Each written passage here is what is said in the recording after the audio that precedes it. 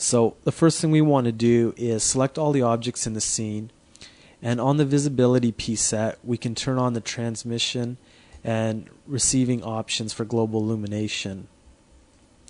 The next thing we need to do is go on the light, and let's just pin that down.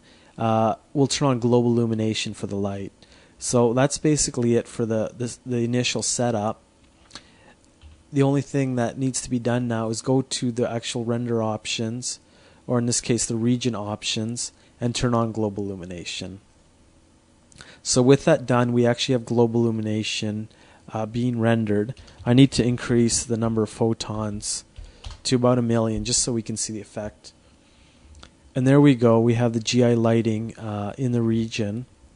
So let's just look at the different parameters to control global illumination. The first thing on the light, we can control the number of emitted photons. So as I bring that down to 100, you can see each photon is rendering a little bit hotter, more white, and that's because the actual intensity is being distributed over the number of photons. So the less number of photons we have, the more intense each one will be.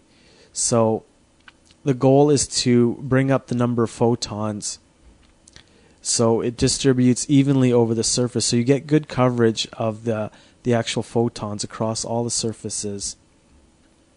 The next control in the light, as we mentioned, we have the intensity, so that's the actual energy level of the photon.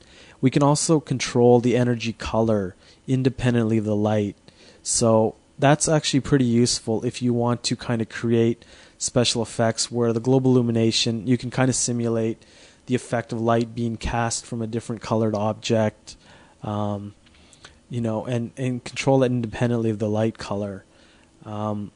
What you do have at the bottom is a control to actually use the light color as energy, so that's just going to mirror the color of the actual light to the photon energy. I could also just drag and drop the color to the energy, and there you can see we're getting something a little more realistic. The other settings we've got to control GI are found on the render or region options. So the accuracy, this actually controls the blending between the photons. So you can see as I bring that down, let's just go down to 1. So we've got about 6,000 photons there, and they're not being blended at all. So as we go in, you can see they're very distinct, and there's no gradation occurring between the photons. So what you want to do is bring that up and make sure we get a nice smooth fall off from one photon to another. So the big trick here is balancing between the number of photons and the blending between them. And there's a third variable, is the radius. And just to show how that works, let's just bring the radius up a little bit. So by default, if the radius is set to 0, Mental Ray basically takes the scene dimensions and computes what it perceives as the best photon radius to use. That'll get even coverage over the surface. So it's usually a good initial way to start, but depending on the amount of detail you want in your scene or how efficient you want to create the global illumination effect, you'll want to adjust the radius accordingly. So what that means is basically as I increase the radius, you can see the photons are getting larger and larger, but we're also smoothing out the effect. So by using a very large radius, we can smooth out the effect and basically get a good GI look without using a lot of photons. So let's increase the accuracy a little bit so we get more blending between the photons. So you can see in this case we've pretty much got a good result. We probably want to increase the accuracy so we blend between the photons a little more. And there you can see we're not getting much dimpling of the photons. Everything is being resolved pretty well. We could probably bring the radius down quite a bit now. Okay, there you're seeing it, a little bit of a change.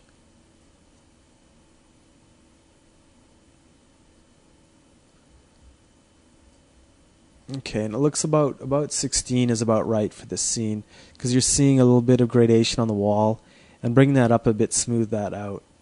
So the issue is if you have very complicated geometry, you want to go with a large number of photons. And it's not unusual to use, a few 100,000 photons, maybe even 1,000,000, if you have a complicated geometry, because you want to resolve all the detail accurately in different areas. So if you have a lot of crevices and different colored objects, you want to use a lot of photons and keep a smaller radius. Because basically what the radius is doing is it's just increasing the photon size. So you don't have a lot of the detail resolved, but you'll get the smooth effect. In this case, we have a large surface that's smooth. There's not a lot of detail. It's all pretty evenly colored. So I can get away with using a large radius, and the look is fairly realistic. The accuracy, normally something about 300 to 400 works well with most scenes, and you'll actually get enough blending between the different photons to resolve the effect. We've got some additional controls for the photon at the bottom. What we can do is actually limit the amount of bounces that occur with the photons. So right now we've got a setting of 2 for the reflection and refraction. So refraction rays, photons going through a transparent surface, will do 2 bounces, and reflection's the same. And also max depth setting. So you want to keep those as minimal as possible to keep the performance at a level that works for your scene. And the last setting is the photon map. So right now you've got this rebuild flag on. And this is really important because basically what Mental Ray is doing is it's creating a map, a photon map file, which is kind of a Mental Ray format, where it's filling in the samples for the scene. So it's basically computing the photon map, building the map, and then rendering the scene and using that map to create the GI effect. So basically, as I'm moving the camera around, it's rebuilding the photon map entirely from scratch.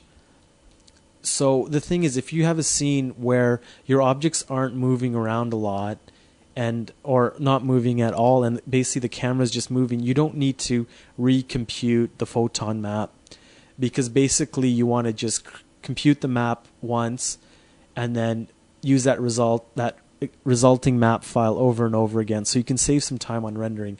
So by disabling that map, the rebuild option, you can see as I move around, it's much faster to compute. Actually, I got to specify valid path. I didn't have that there, so let's put a valid path. We'll rebuild the map.